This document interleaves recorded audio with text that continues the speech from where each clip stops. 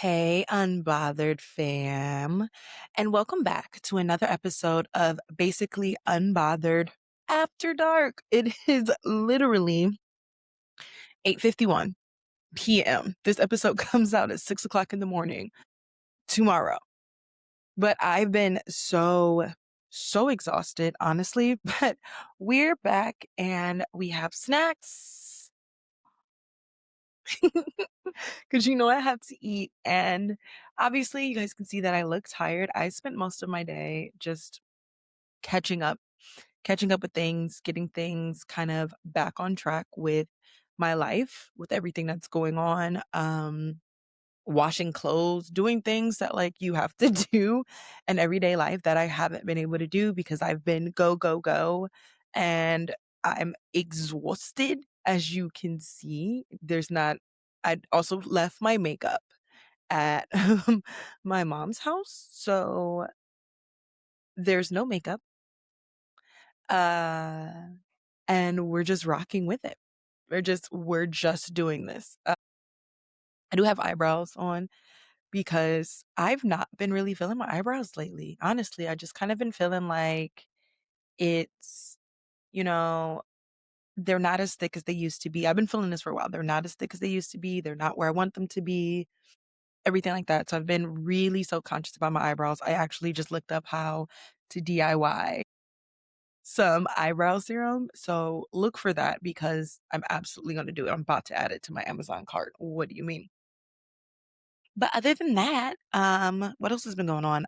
April's hard. It's April, and right now I really, really, really miss my best friend. She was born in April, and I think tomorrow or the next day is going to be my anniversary of my surgery that I had, which was my leiomyomectomy. That was a surgery where they removed 56 fibroids that also had endometriosis babies outside of my body.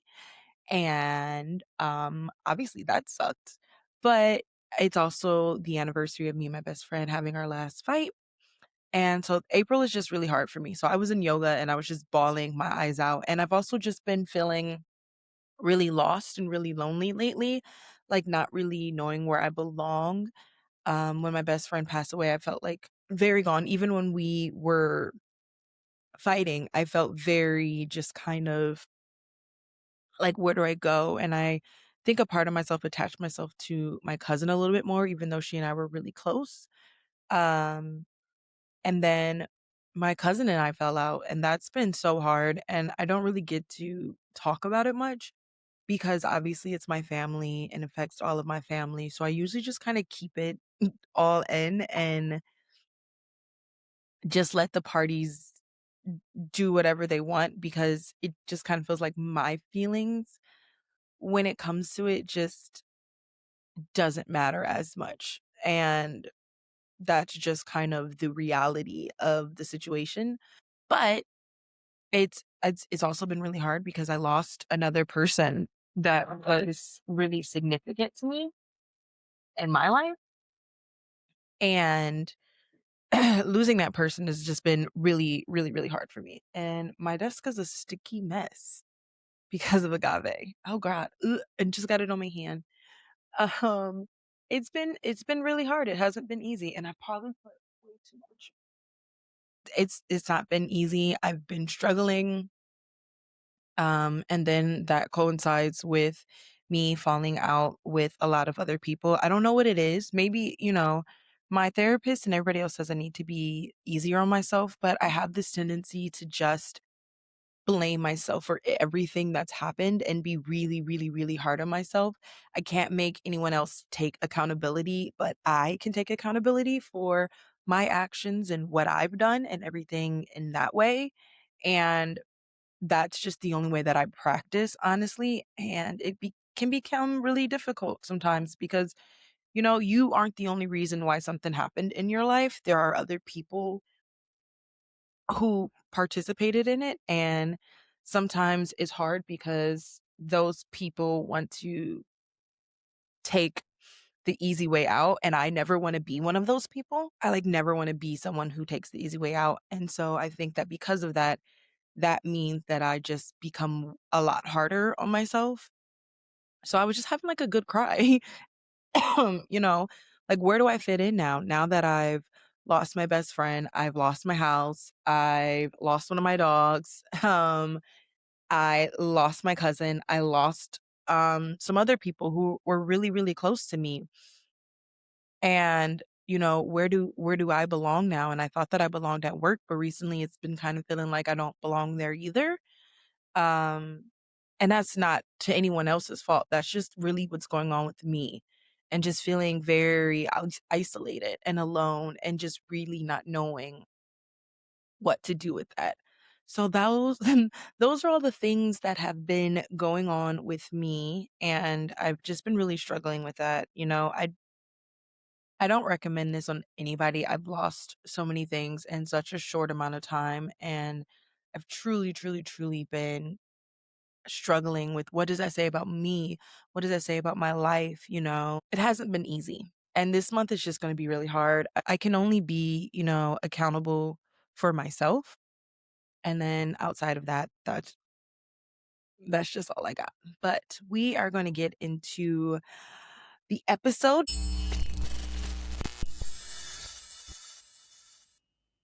So, quick question. Have you ever opened your to-do list, looked it dead in the face, and then immediately decided that reorganizing your desktop, deep diving on YouTube, or starting a completely unrelated side quest was actually the better life choice? Yeah, same.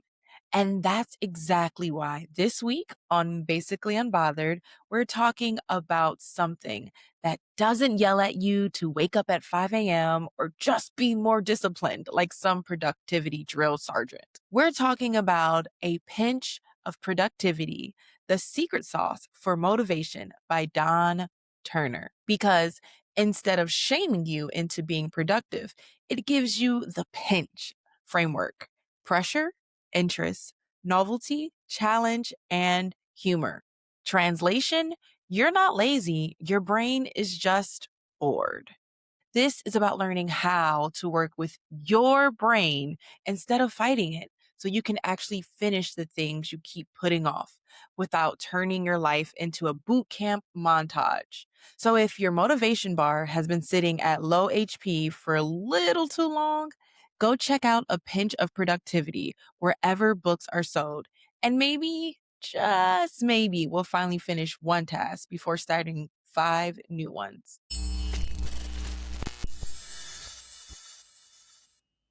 Today we're going to be covering the death and life of Lamar Odom. I just found out about this literally a day ago and rushed, literally rushed home to get more information. Like, how do I find out more about this? And I didn't know that it was coming out. It came out on the sneak tip. And I wasn't that interested until I saw that Khloé Kardashian was going to be in it. And I was like, hell yeah, I'm in it. I'm not interested and any other spin on the story unless it involves the two main people that were involved in this craziness. And that was so good. We're going to get to it. Although I left my notes. Have I said I've been having a day? I left my notes and we're just we're just gonna we're just gonna thug it out. But before we get into that, let's catch into some updates, and I have them on my phone. I've been saving things. The first one is the Taylor Frankie Paul BS. And every person who was on my social media coming at me, attacking me, calling me all kinds of names about this, how the fuck do you feel now? When I went on and I said, there's more to this, I promise there's more to this, I can recognize an abuser from a mile away. I definitely can. I don't always in myself listen to that, but I can definitely recognize an abuser a million miles away. And Dakota gave that wholeheartedly. And now it's coming out that Dakota did all of this because Taylor wanted to silently leave him. She didn't want to make a big fuss about it. She just wanted to walk away and live her life. And he came to her house while her kids were sleeping and took her out of the house, technically kidnapped her because he drove her somewhere against the will. He slammed her head into the. There's just all kinds of craziness. It's been said, it's been rumored that her team, because remember, talked about this last week, I believe, her team has a binder full of information against Dakota. A binder. And it's just crazy because I don't know what inside of his mind says, okay, I'm going to try to expose her and ruin her reputation when he knows that he has dirt too. But you know what? I don't understand why people go on reality TV shows while they're cheating on their wife. So maybe that's not any of my business. It's above me, it's beyond me, it's whatever. But more and more things are coming out to light. And she just filed her protective order against Dakota, and it was granted overnight. The evidence. It was granted overnight. Quietly, whatever. And I love this move for Taylor because this move signals that she's really, truly done, right? Like, she doesn't want to make a big skeptical. She doesn't want the fight. She doesn't want to, cuss people all out on social media. She just wants to be done and out of this situation. Now, they did go to court, and I didn't like this. I don't, ooh, if you listen to the episode that came out on Wednesday, I was talking to Renee and we were talking about just how women aren't angrier, and they aren't angry at a system that is set up from women's health to many other things against them. So the guardian in the case against the custody case that's going on between Dakota and Taylor and their son spoke up, and it was a male, and I on everything was like, I don't want to hear what this man has to say. I don't want to hear what this man has to say because not enough education is spent into women's mental health, into what is going on, and into the psychological trauma that Dakota is displaying. And so she's ordered to have supervised visitation with her child because of Dakota. And before you guys say things like, he's just protecting the kid, he's not protecting a kid. He didn't give a shit about a kid. He released all the information on the child's birthday. And the child is going to find that out one day and have to live with that. Why didn't daddy, do something for me for my birthday? Oh, he was releasing information about your mom. Wow.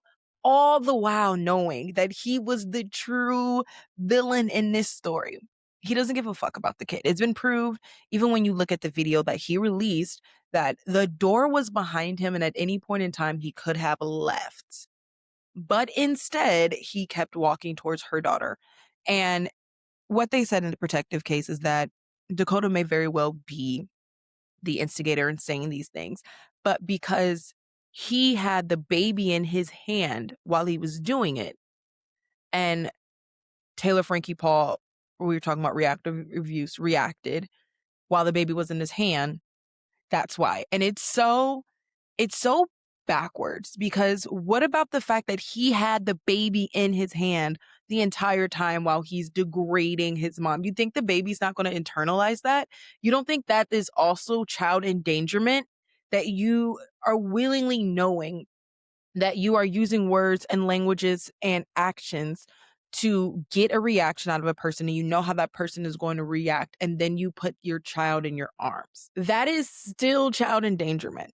That is, you are choosing to and willingly putting your child in a situation and creating the situation where the child can get endangered just so you can have more MO, more information on the mom. Dakota doesn't care about those kids.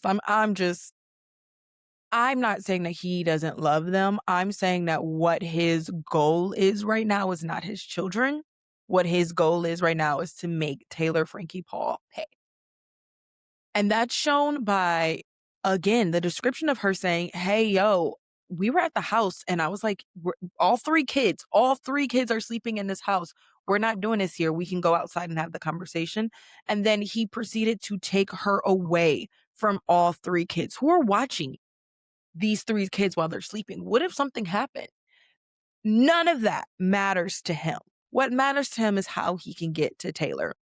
And he's already facing the I love when people face the repercussions of their own anger and frustration and violence, because after it was announced that Dakota was going to be in 2 reality TV shows coming up recently, Vanderpump Villa announced that they were cutting out Dakota's scenes. Oh, honey. Oh, honey, you were trying to mess up her check and now you're messing up your own.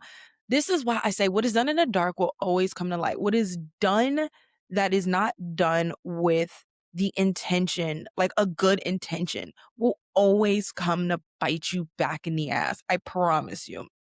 It's it's something I've experienced in my life. It's something I watch other people experience in your life. You're never going to get away with it. Whether you get away with that distinct thing and then something comes back and gets you in a different way, you're never going to get away with it. That's just not how, that's not how energy works. It's not how that happens. So if you think you're getting away with it, cool, great, love this for you. It's not really happening. And so now he's suffering because he got cut out of Vanderpump Villa. And you know what? Can we just say, what is her name? Lisa Vanderpump. She is always so clutch. When the Ariana scandal came out, she was clutch for that reunion. When the final reunion came out, she was clutch for that. When the whole Marciano thing came out, she was clutch for that too. And now with this Dakota thing, she's always the one that's making the statement. She's always the one that's being like, no, this isn't happening. And she just gives mama bear. She just gives, I know what this industry does to women. I know how this industry treats women, and we're not doing that here. I love it so much. She stands up, and not even just women, but people in general. She stands up. She doesn't sit compliantly and wait for shit to happen. She's like, no, we're taking action. We're not doing this. I'm not fucking up my brand. And cheers to her, because a lot of people are going to feel really kind of fucked up when they see everything that's coming out now. And they're like, oh, well, fuck, we thought that we had all the information. Of course you did, because that's what he wanted you to believe. But everybody was telling you guys. So obviously we have to wait for all of these things to come out and for more information to be given to us. But I'm hoping that in light of everything, we can still get the Bachelorette season out. I really wanted to cover it with you guys. I really wanted to see. And, Jessie, when she went on a podcast, she said that she really saw a difference in Taylor when she was doing this. Obviously, it was stressful and there was a lot that they were going through, but she really saw a difference in Taylor when she was going through this. And I really want to be able to see that difference too. I think that there's more to her than just what we think we know about her. There's more to her than just this man and just this drama and just this violence. And, people got mad at me when I talked about the whole it ends with us thing, and how I agree with the marketing and making it more of a happy thing and a celebratory thing, because the truth is that women are so much more than the men they're attached to, and women are so much more than the men that hurt them. We don't have to sit in this pain. We don't have to forever be a victim. We are survivors. And you know what survivors do? They go on and they live their life and they're happy and they don't worry about this bullshit. That's what a survivor does. They go on, they live, they're happy, and they don't worry about this bullshit. And I'm so happy that her story is being able to be told. And I hope that we will be able to get the full Bachelorette back now that we know everything, now that everything's coming out, now that we can truly see, for those who didn't believe it, what Dakota was really like. Outside of that, there has been everything's kind of quiet in the Secret Life of Mormon Lives world. Obviously, there's rumors that Jessie was kissing on Chase, and Chase is just community dick.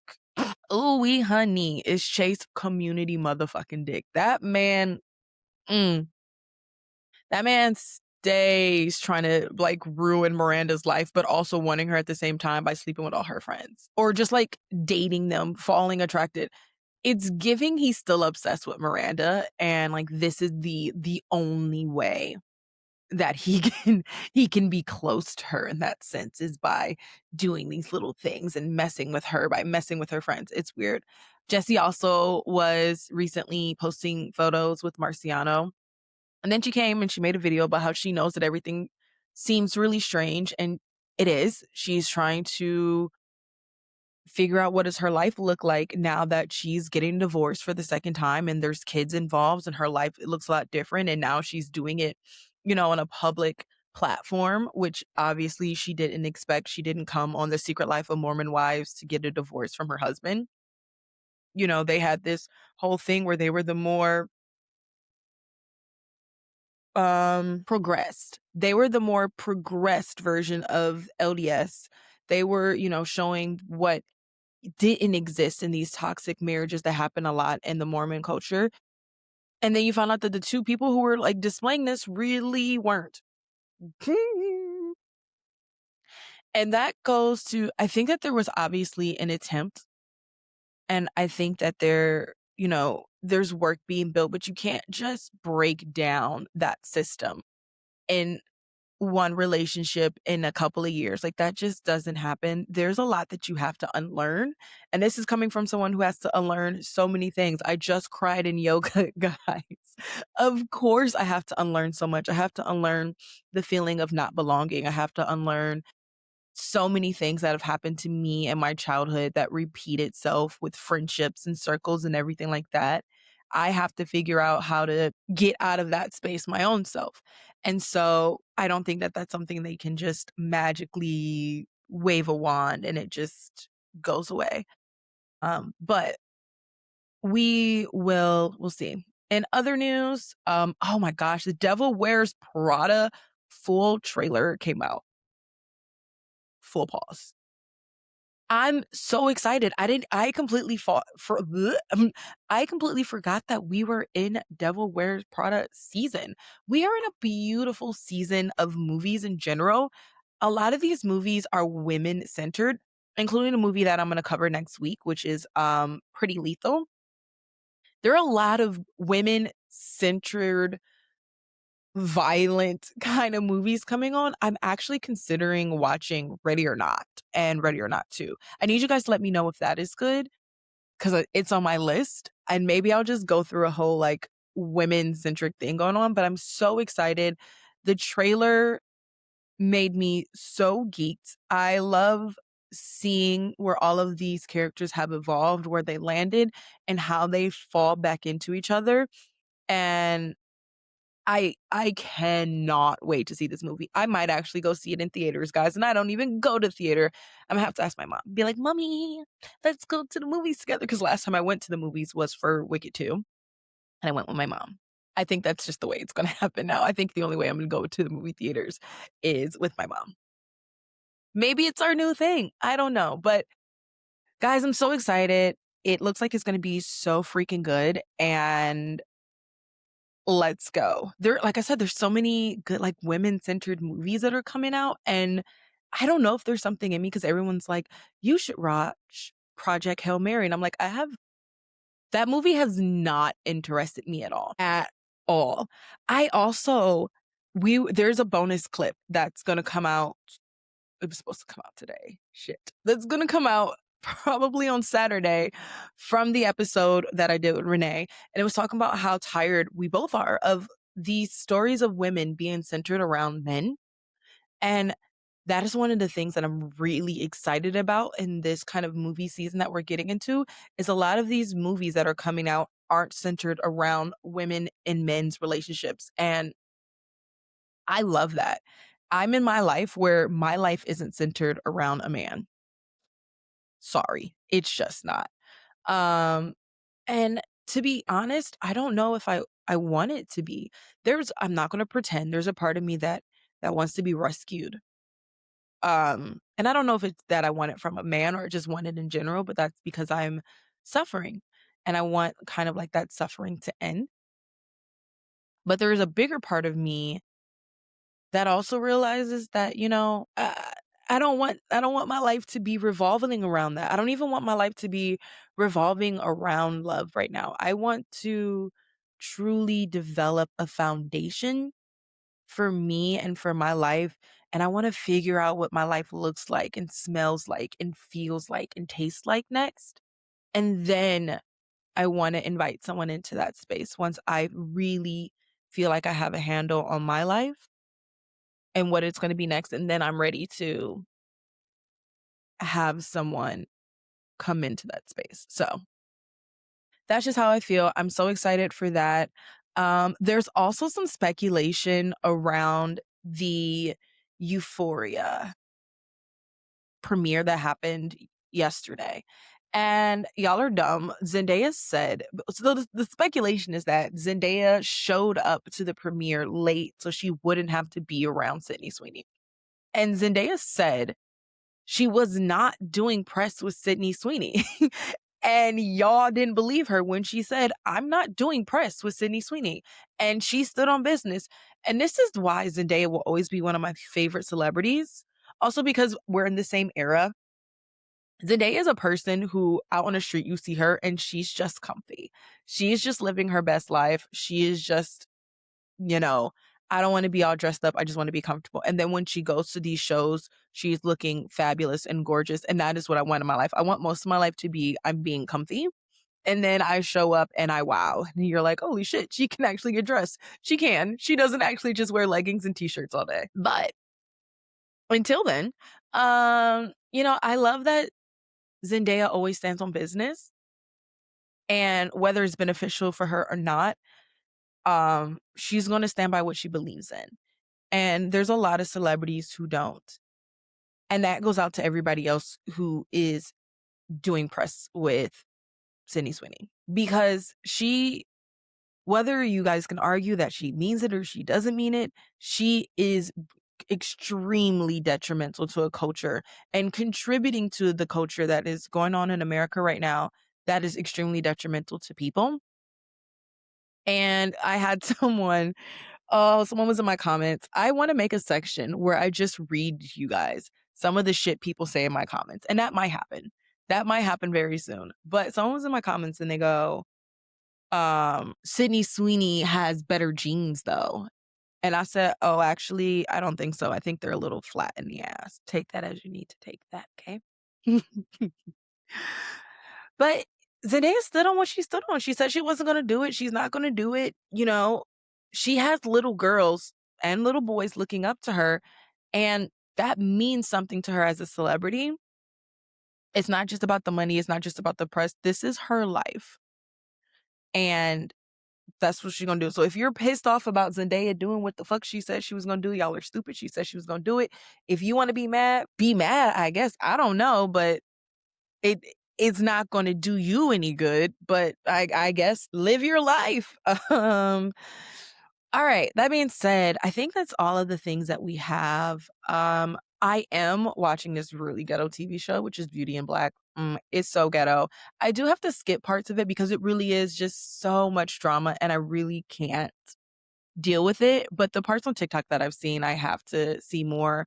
I'm almost done watching Rizzoli and House, and I think that I'm gonna binge because we all know that I need to have like a safe binge. I think I'm binging Bones next, or maybe some other like murder mystery. I'm very into like true crime and murder mystery right now. I'm very not into romance. I don't crave that at all.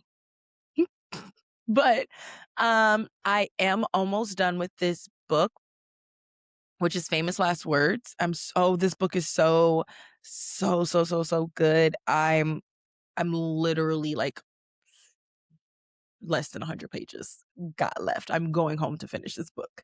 I'm going home to finish this book. And I'm so excited. Don't call me. Phone's going to be on Do Not Disturb. What else? I don't think I've finished anything else. I mean, obviously, I did the Indie Ink podcast and I finished that book there. And I am going to be doing a giveaway for that book because the author is so amazing and she's so fantastic. And I love her so much. And she agreed to let me do a giveaway of her books for her. And we can't wait. We're so excited. This is like another extension that I want for Blake's Indie Author Bookstore is to do these giveaways for these indie authors. So I'm so excited to be able to do this. And just vibing. I don't think I've finished any other books. I finished my book club book. What was my book club book? Crap, hold on. Pause for the cause. Library. Finish. Oh, Remain by Nicholas Spark. Okay. I rated it. I think I rated it 5 stars. I rate off of like my vibe and my feeling when I finish the book. That doesn't mean that I think the book is so perfect, but that's just like my vibe when I finish the book. I did, because this is Remain by Nicholas Spark is like a duo, and it's supposed to be Nicholas Spark and M. Night Shyamalan. And M. Night Shyamalan is apparently directing like a TV show or a movie with this book. So it's really cool. I wanted it to be a little creepier. It's probably going to be hopefully one of my last romance kind of things that I read in a while, but it was a romance in a murder mystery. So I didn't hate it that much. And I normally say I don't read books written by men, but it's Nicholas Sparks and he gets a pass. But it really made me want to read more M. Night Shyamalan books. Maybe I can get into, I don't know. I don't like scary. I don't like scary at all, but I kind of want to I mean, not the crazy ones. But I kind of want to get into it. So we'll see how that goes. I did rate it 5 stars. I thought the book was fantastic.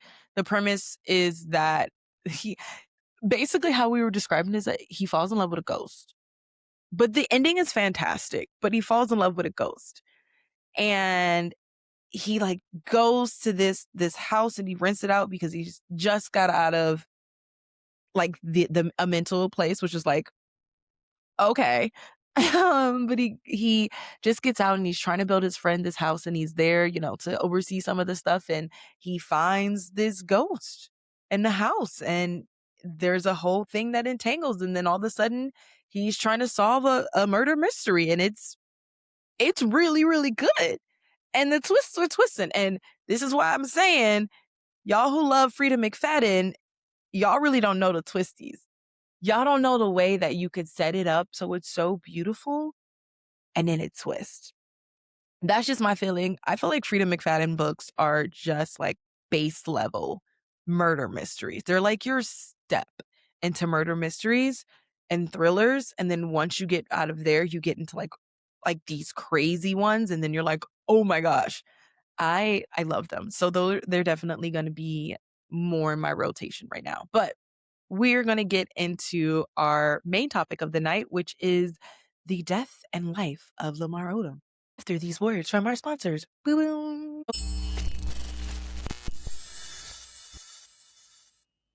Before we get back into the episode, let's talk. I am looking for my unhinged authors. Yeah, you, the ones writing the women who don't apologize, the ones building worlds that don't center the patriarchy, the ones with a story that feels a little too bold for traditional spaces. Good. Stay right there.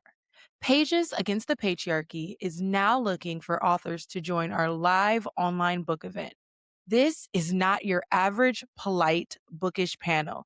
This is for stories that bite back, for characters who choose themselves, and for writers who are done shrinking. If you're an indie author, romance, fantasy, poetry, whatever your lane is, and your work challenges norms or flips the narrative, we want you in the room. Head to pagesagainstthepatriarchy.com to apply.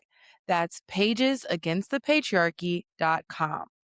Let's build something loud. Let's build something unapologetic. And let's get back to the episode.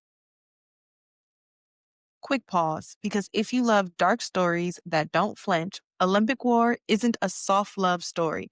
It's violent, it's chosen, and it cost everything. Through war, betrayal, and survival, Moonstone fights for devotion that refuses to die. This is a Black, multicultural dystopian series about power, sacrifice, and what rises from the ashes. Olympic War and Phoenix War. Read them wherever books are sold. Okay. I had so many notes. I'm going to miss some shit now. It's going to piss me off, but I had so many notes. But the documentary was kind of broken up into 3 parts. So it was kind of Lamar Odom and Lamar Odom's life before Khloé Kardashian, Lamar Odom and Lamar Odom's life while with Khloé Kardashian, and Lamar Odom and Lamar Odom's life without Khloé Kardashian, or like when they were getting divorced. And y'all are gonna hate me. Y'all are gonna hate me. And it's okay, here's the issue. The issue is that this documentary really reiterates what the Kardashians have been saying. Like, is it us that are ruining these men, or is it these men who are coming into our life trying to get something from us that end up ruining themselves?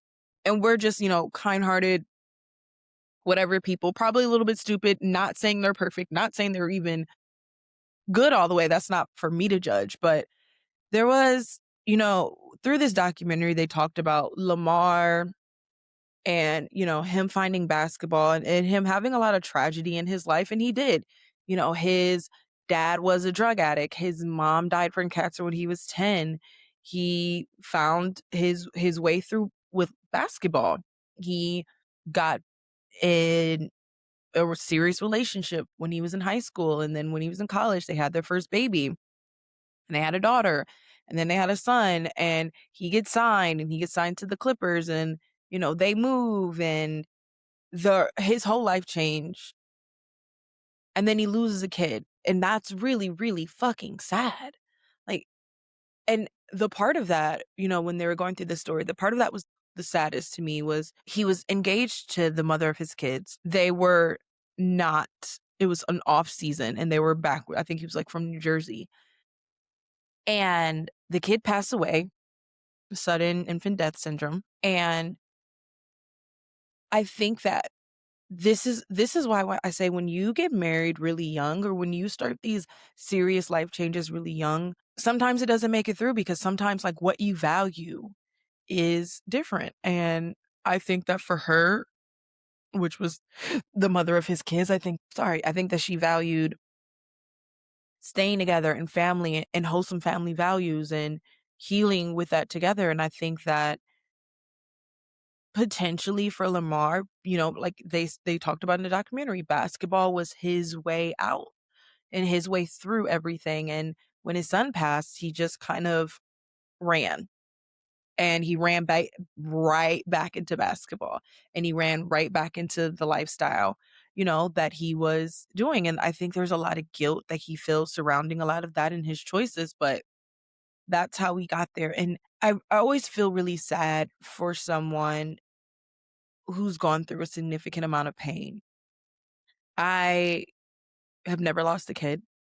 I don't know that pain, but I have gone through a significant amount of pain in my life, and I've said this so many times, some I talk about and some I probably will never talk about. Seeing how it can devastate people the way that it did Lamar was really sad to see.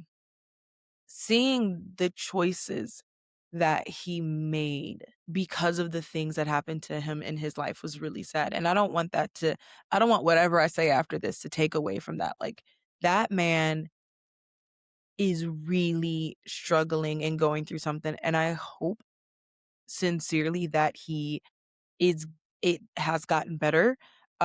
There's a lot of discussion about, a lot of his choices didn't involve his children. And I don't know if he felt because he had lost one child that he just couldn't be a dad and he just kind of separated himself from that life. I don't know if after that happened, he just wanted to invent a whole new life where everything that was attached to that kid just kind of went away. I don't know. Um, and this is why, contrary to what people think about me, I truly believe that men's mental health matters. But it's also why I believe that men don't really care about their mental health yet. I hope that they do. I understand that the patriarchy makes it really hard.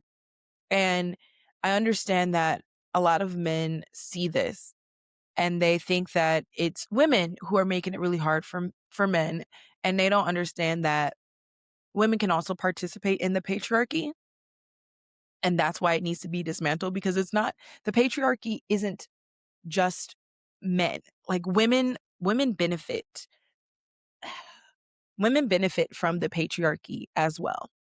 And that's just a fact. They do. As much as they want to say that they don't, women do, because they benefit from the benefits that the men get from the patriarchy. And they want to be close to the patriarchy so they can get certain benefits so they can feel special. And men 100% benefit from the patriarchy. And there has to be a dismantling of a lot of things to get there. And I don't think that men are at that place yet. And I think that men are ready to say that their mental health matters, but they're not ready to do the work because it's easy to say, right? Like I could scream all day, my mental health matters, but what am I doing that shows that I care that my mental health matters? You know, I'm having conversations right now about how working 4 days a week at my job just isn't good for my mental health. And how I have to reevaluate. What does that look like? I have to step away from working all those days, but what about the money? There's, all kinds of, it's not easy. And in this situation with Lamar, it obviously isn't easy. It's obviously not, simple. It's obviously not like this is going to make perfect sense. No, that's not how it works. And we see that a lot in the situation with him. We see that a lot in what he's going through and what he's experiencing and how it's exhibited. And then we get to the part where he meets Khloé. And that shit made me mad because a part of the documentary just felt like it was hating on the Kardashians. And can we just get over it at this point? You like them, you don't like them. Can we just let it go? Please, please, please, please, please, please. These women are not even on our stratosphere anymore. They do not affect our daily lives anymore. Let's just let them go. But it really, there was a conversation about how his kids didn't go to the wedding and everyone was talking about how quickly they got married. And I guess we 100% got to see that when they had this special about Khloé and Lamar getting married. We 100% got to see that. And I kind of want to go watch. Maybe I'll do that tonight. Maybe I'll go watch the special.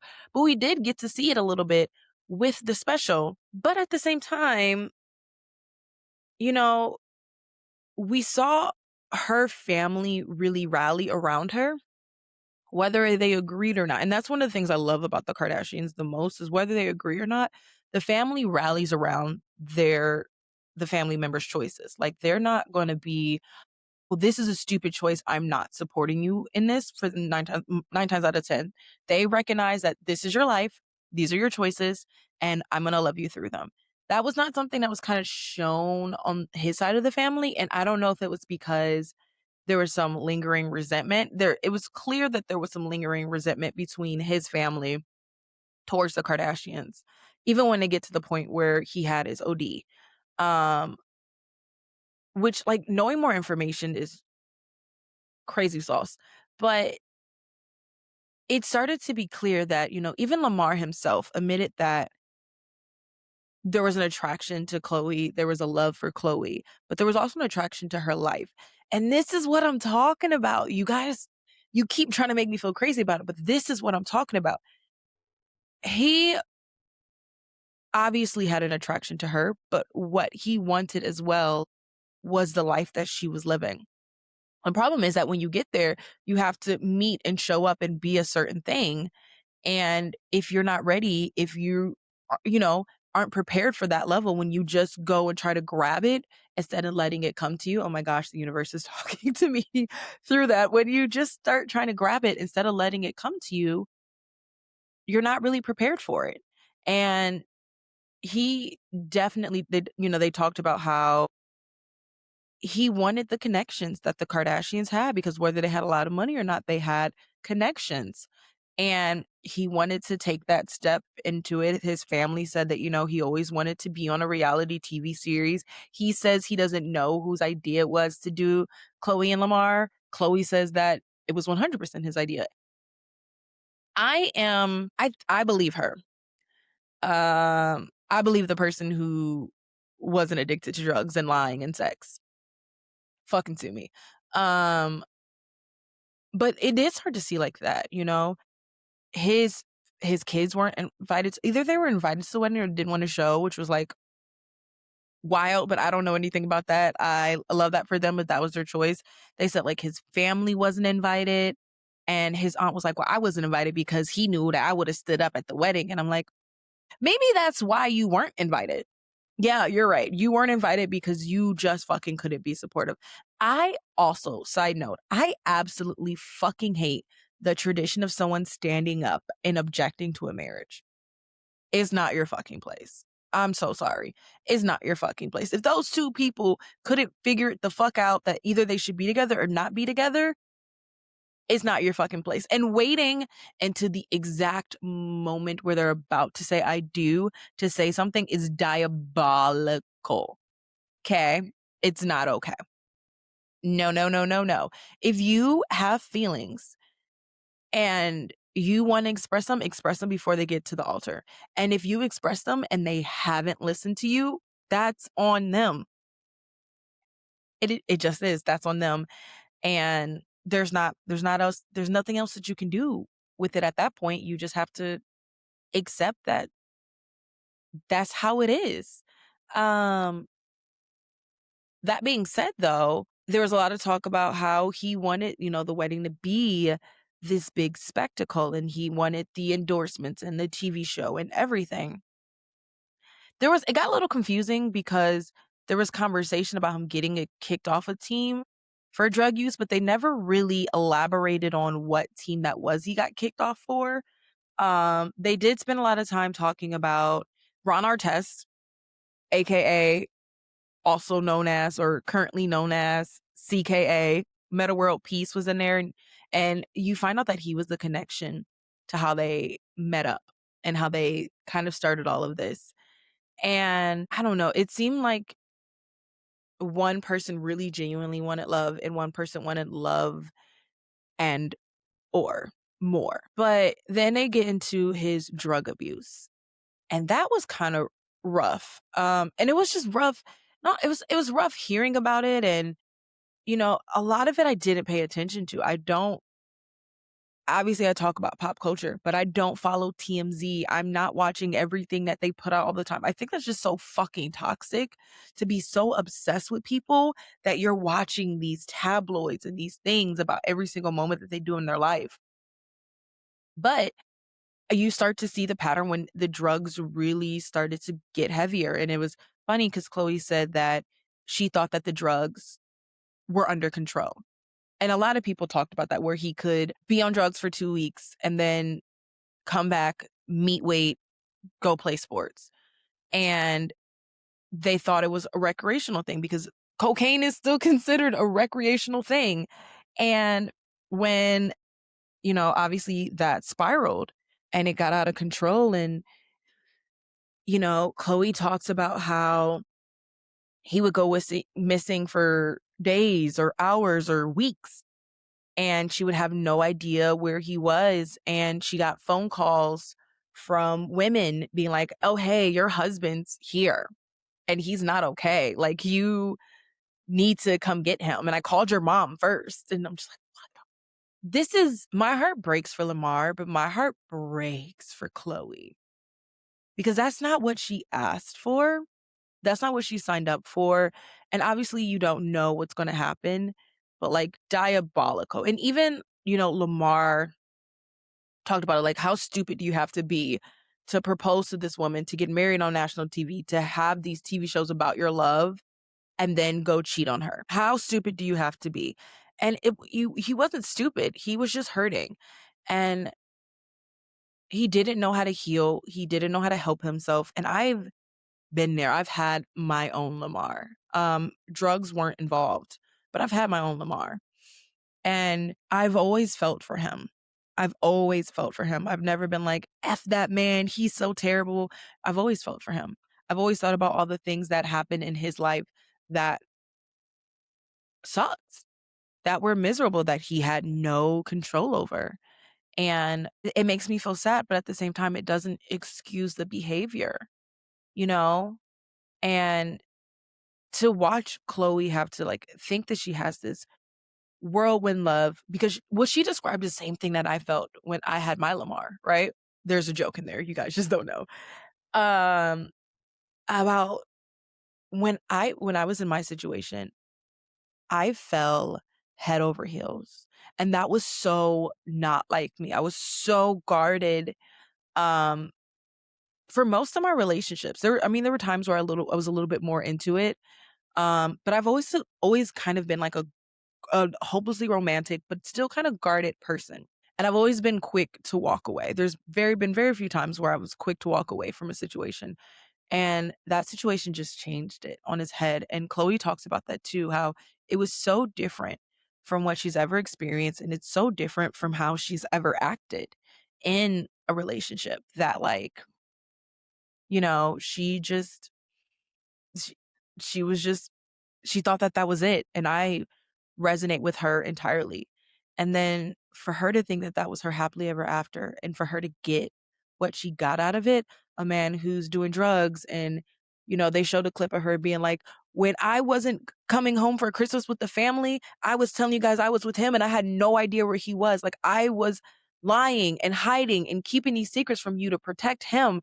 And I was going to the clubs to pick him up and going to motels to pick him up and doing all this stuff and trying to get him into rehab and have rehab people come here. Like, I was doing all of the things. And then she says that they got to the point where there was an interventionist. And someone had advised her to have an intervention. And the interventionist said, okay, what we're going to do is we're going to say that either you stop using the drugs or we get a divorce. Guys, this is why I don't believe in ultimatums. This is why I don't believe in ultimatums. I truly don't think that they work. This is just my opinion on it. I truly don't think the ultimatums work. But she says that she, goes in, she has this intervention. She's like, all right, this wasn't something that she wanted to do. She was just listening to the advice given to her by other people. And she goes, okay, so Lamar, either you stop doing drugs or we're going to divorce.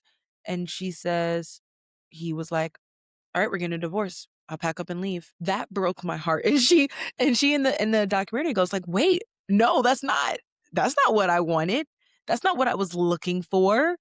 And it broke my heart. It really, really, truly broke my heart to see her doing what she thought she knew best. And, listening to these people like, yeah, yeah, yeah, he's going to choose me over the drugs. And then he's like, no, actually the drugs, actually the sex, actually the women. That shit has to be so hard. I can't even imagine.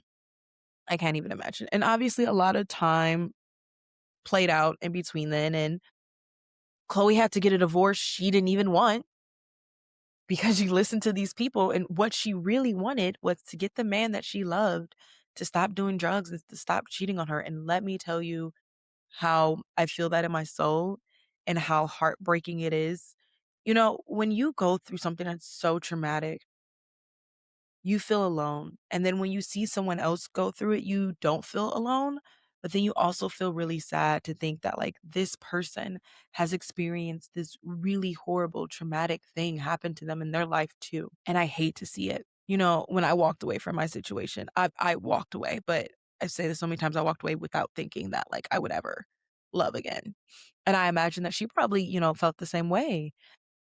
And then we know what happened with Tristan Thompson later, but it was just really sad to kind of see that. And Lamar goes, yeah, well, I was like, up, about to go fuck some hoes. And you're just like, oh, what? And then we get into the brothel that he was found at. Apparently in Nevada, in certain places where the population is between 300 and 4,000 or something like that, brothels can be legal. And there was this one man who just had a shit ton of them. He was real estate property brothels. I didn't even know brothels could be legal. I'm gonna leave my opinion on that to myself. But we kind of get to, there's this guy who worked there, and he was at the beginning of the documentary, and he was showing like, I'm working at this haunted LA thing, or Las Vegas mansion thing, and then all of a sudden the owner buys the entire room set where Lamar OD'd. And I'm like, that's fucked. What do you mean he bought the entire, y'all? Some people just be doing weird shit. Why do you want that? Why do we want to see that? Why do we want to see the exact room, the exact bed, or not the room, but like the exact bed, the exact headboard, the exact like recreation of this room where someone almost died?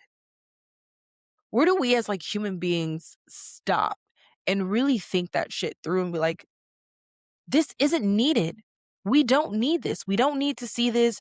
We don't need to know this is going on. Like, when do we get to be human beings again? When do we get to give people back their privacy?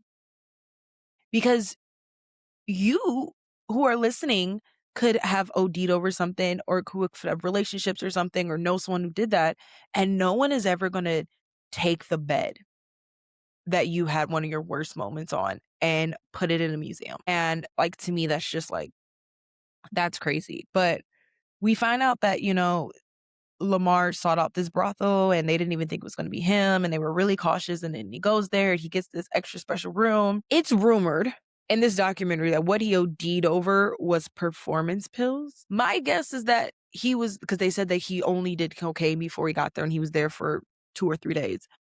I think it was both, but apparently he took 12 of the performance pills.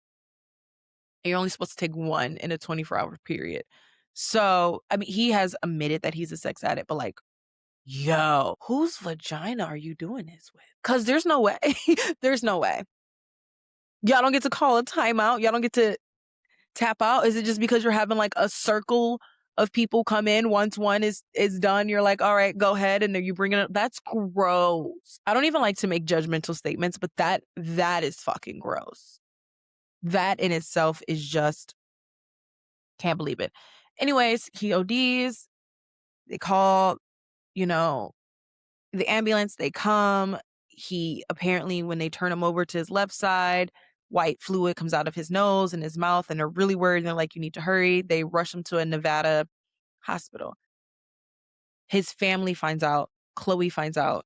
And this is the part where it's like really fucked, because as much as we want to be upset at Lamar for the choices that he makes in his life, and yes, because you haven't taken the time to get help, there's things that his family does that's just like, yo. So his dad, Joe, apparently when Khloé gets to the hospital, he's there and he's telling them, like, don't do any, extra measures. Take him off on life support. Let this man go. And Khloé says, I got there and I was like, no, I'm the wife. I'm taking over this, because their divorce hadn't been filed yet because there was a backup. And so she's like, no, I'm the wife. I'm taking over this. And she said, I asked Joe, like, what do you want? And I think he said like a pair of Nikes, $100, and a hotel to stay in. And she said he never came back. But that's like the cycle of abuse, right? Like, Joe's not really there for Lamar. Lamar's not really there for his own kids. Like, that's the cycle of abuse that we talk about that really needs to be seen. And I hope that like men watching that could see that, like, what your father does to you really does affect you. And if you don't, you're the father and your mother.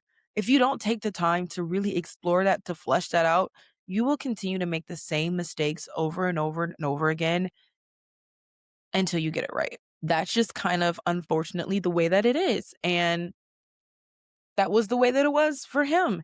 And so, they talk about how Khloé came in, and then while I was watching this, I saw a clip about Lamar saying like, Khloé credits herself for saving your life, which legitimately, sir, your father was about to take you off on life support. And she was like, no, that is in fact the definition of saving your life. And he's, well, God saved my life. Obvi, but also so did Khloé Kardashian. But then we get to the like spectacle. And like I said, there is a lot of hostility that his family has toward the Kardashians. And I'm like, yo, you need to let this go at this point.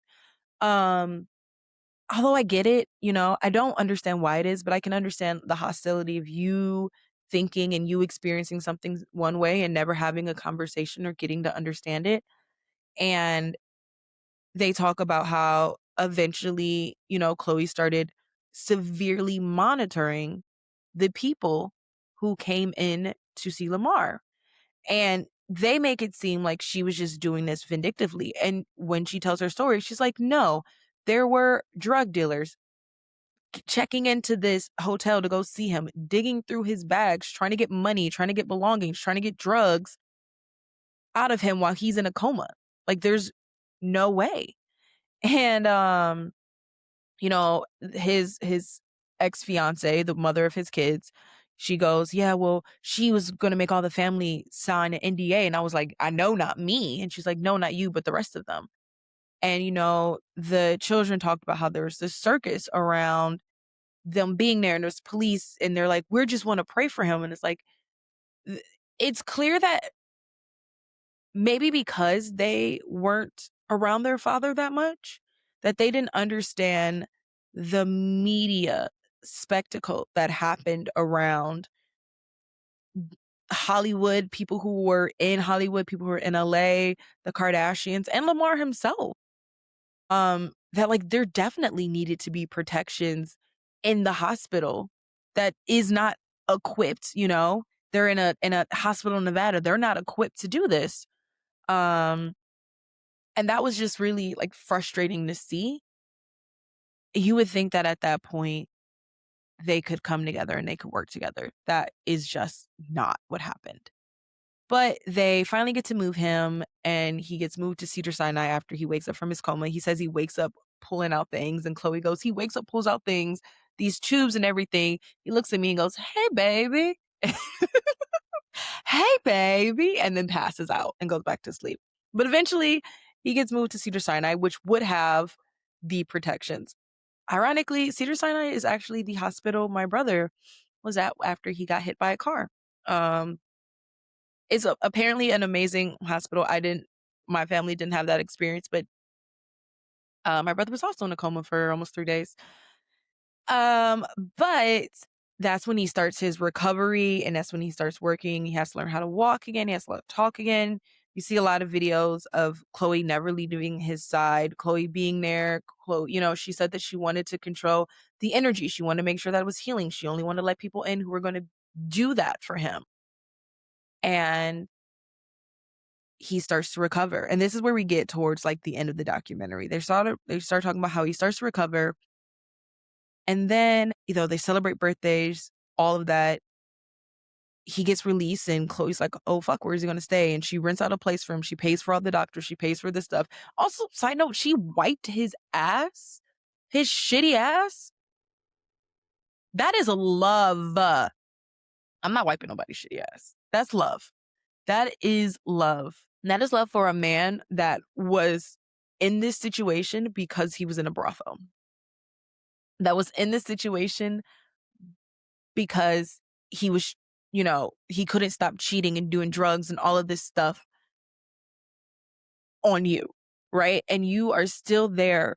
And I think that that's the part that people don't, when we talk about this, love, or this situation in general, we forget about the love and devotion. Most people wouldn't go to their soon-to-be ex-husband's bed and stay there until he's better. Most people wouldn't pay for their soon-to-be ex-husband to have a place to stay, to have rehabilitation, to have doctors, to have cooks, the whole thing. Most people wouldn't do that. And there's never enough credit given to Khloé that after this man destroyed her and broke her and posted shit on social media and said shit on the outlets and all of that, that she put aside everything that happened to her, all the hurt, and just showed up for him. And she says that one day, apparently cocaine has a smell. Don't know. Don't do drugs. Not my vibe. That's not me knocking. I don't like cocaine, but that's not me knocking people who live their life or whatever. I just don't do drugs. It's just not my vibe. But she says she smells it when she gets in the house and she's like in catch him mode and she catches him using cocaine. So she got so mad that she punched him in the face and then said, you have until this day to leave. Don't ever talk to me again. Because what a fucking slap in the face. I gave up months of my life, put things on pause, put my life on pause, put projects on pause, and was just there for you. And now you're out and you're got better and you instantly go back to this. And obviously addiction is, it's a disease, obviously. And it's not that simple. But the person who is, the person that's going through this disease with them, their feelings matter too. And there has to be an account for that. Like, that also has to matter. And the sadness of knowing that she gave all that to him, and then at the end of the day, it just didn't, it was really heartbreaking to see and to experience and to have listened to. Um, and Lamar goes, "Well, who would have gave Lamar Odom cocaine right after all of this happened?" And it's like, who?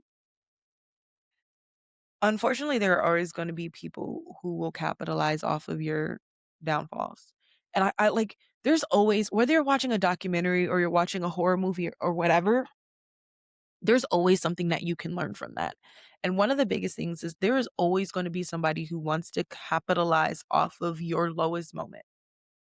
And often they're people that call themselves your friends, your family, the people who say that they support you the most. You have to do the work for yourself. You can't expect someone else to hold your hand and to be like, "No, Lamar, don't do this." Like, that's just, unfortunately, that's just not how this happens. And that was the end of it for them. They talk about, how Lamar is doing better, how he's working on having a relationship with his kids, although I don't know how his kids feel about it. There was definitely a conversation about his kids being parentified and having to take care of him and having to set boundaries with him and things like that. And that made me really sad to hear, like the concept that the cycle continued. Lamar's dad was a drug addict who wasn't there for him. And Lamar in turn became a drug addict who wasn't there for his kids. That cycle continued. That and cycles continue, and you don't break them until you make a concerted effort to break them. And that was one of the things that was shown a lot, was that Lamar was just continuing a cycle, and hopefully he won't be as bad as his dad. Hopefully, he'll figure it out. He was talking about how people want him to be a coach. And I don't know, I think that some people can handle what comes with fame and some people can't. I am a person, I don't think I could. I'm 100% honest. I don't think that I could handle being famous. But I always say I want to be well known, but I don't think I could do it. I don't think that level, I like a level of freedom. I like a level of privacy. I like a level of just having something to myself. But people chase that. They chase that dream. And when they get it, they don't even understand the reality of it. And I think that that is a clear display of what happened there. I think Lamar got that and he didn't understand the reality, and it got too much for him. And so, that was that. It was, it was really sad to see. And it really frustrated me again because once again, you see these women in his life, and the detriment, that the like trail of sadness that he left behind because he didn't have the tools or the desire or whatever to heal and to grow and to get better. And that just hurts. It hurts to see it. It hurts that we see that these continuation of patterns and generational trauma exist. And I truly deeply hope that we can start to continue to have these conversations and have conversations about how do we break this cycle? How do we end this? How do we stop his kids from being drug addicts and not showing up? How does that end? And how do we get it so that his kids don't take advantage of women? Don't do this. And I don't know. I'm not an expert on it. I will never claim to be. I'm not an expert on anything. I will never claim to be. I'm experiencing life just as we all are. And at the end of the day, we all do things, we all make mistakes, and we learn by making mistakes. And I hope that through this documentary, Lamar saw his own mistakes. I hope that he learned. I hope that he's clean and he continues to stay clean, and there is a life after all of this for him. But that is the episode, guys. Thank you so much for listening. I know that it got heavy, but that documentary is so heavy. It is. But next week we're going to be covering Pretty Lethal. I'm so excited because I love Laura Kendor. I've loved her since to All the Boys I Loved Before, and I've loved her in other projects that she's had too. And to see her back on my screen just makes me so happy. So we're gonna cover either okay, we're either gonna cover Pretty Lethal or we're gonna cover XOXO Kitty next week. Both of them have Laura Condor, so I'm winning. But yeah, I'm excited to get into this era. Obviously, I've had to pivot because we aren't doing The Bachelorette and a lot of other things, but we're back. We're vibing. We got some new stuff coming. So thank you all for listening, and I will see you next time. Thank you guys for listening to this episode of Basically Unbothered Recap. Please, please, please don't forget that if you like the episode, if you like what you're hearing, if you're liking my vibe, that you give us reviews, that you give us stars, that you share and you let everybody else know that this is your number one new favorite podcast. I cannot wait to see you guys next time. Thank you so much. Gabby Gabs Podcast.